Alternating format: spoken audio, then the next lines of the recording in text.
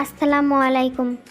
খুব সামান্য কিছু উপকরণ দিয়ে আপনারা আপনাদের বাচ্চাদের জন্য অনেক সুন্দর রেসিপি তৈরি করতে পারবেন। আসলে বাচ্চাদের একঘেয়েমি খাবার ভালো লাগে না, একটু অন্যরকম খাবার বানিয়ে দিলে ওদেরও ভালো লাগে খেতে।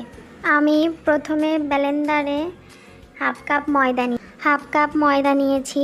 এর মধ্যে আমার বাসায় ভিজিয়ে রাখা কিশমিশ ও বাদাম ছিল, এর মধ্য থেকে 2-3টে দিয়েছি। আপনাদের ঘরে না থাকলে দেওয়ার দরকার নেই, আসলে এগুলোতে অনেক পুষ্টি থাকে তো, তাই আমি একটু অ্যাড করার চেষ্টা করেছি। এরপর এতে দিয়েছি কলাগুলো, কেটে রাখা কলাগুলো দিয়েছি।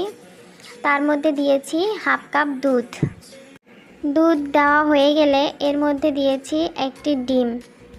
আর ফ্লেভারটা আরও একটু মজাদার বানানোর জন্য একটু সামান্য লবণ ও 1 চামচ চিনি অ্যাড করেছি।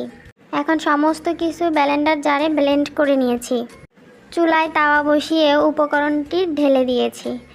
খুব বেশি আঁচ দেওয়া যাবে না, সামান্য মিডিয়ামে রাখলেই হবে। এরপর ঢেকে দিতে হবে। 5 মিনিট জাল হওয়ার পরে ঢাকনা উল্টিয়ে আবার অপর পিঠ 5 মিনিটের জন্য জাল দিতে হবে। তাপ দেওয়া হয়ে গেলে নামিয়ে বাচ্চাদেরকে পরিবেশন করবেন। দেখবেন বাচ্চারা অনেক টেস্টের সহিত খাবারটি খেয়ে নিয়েছে।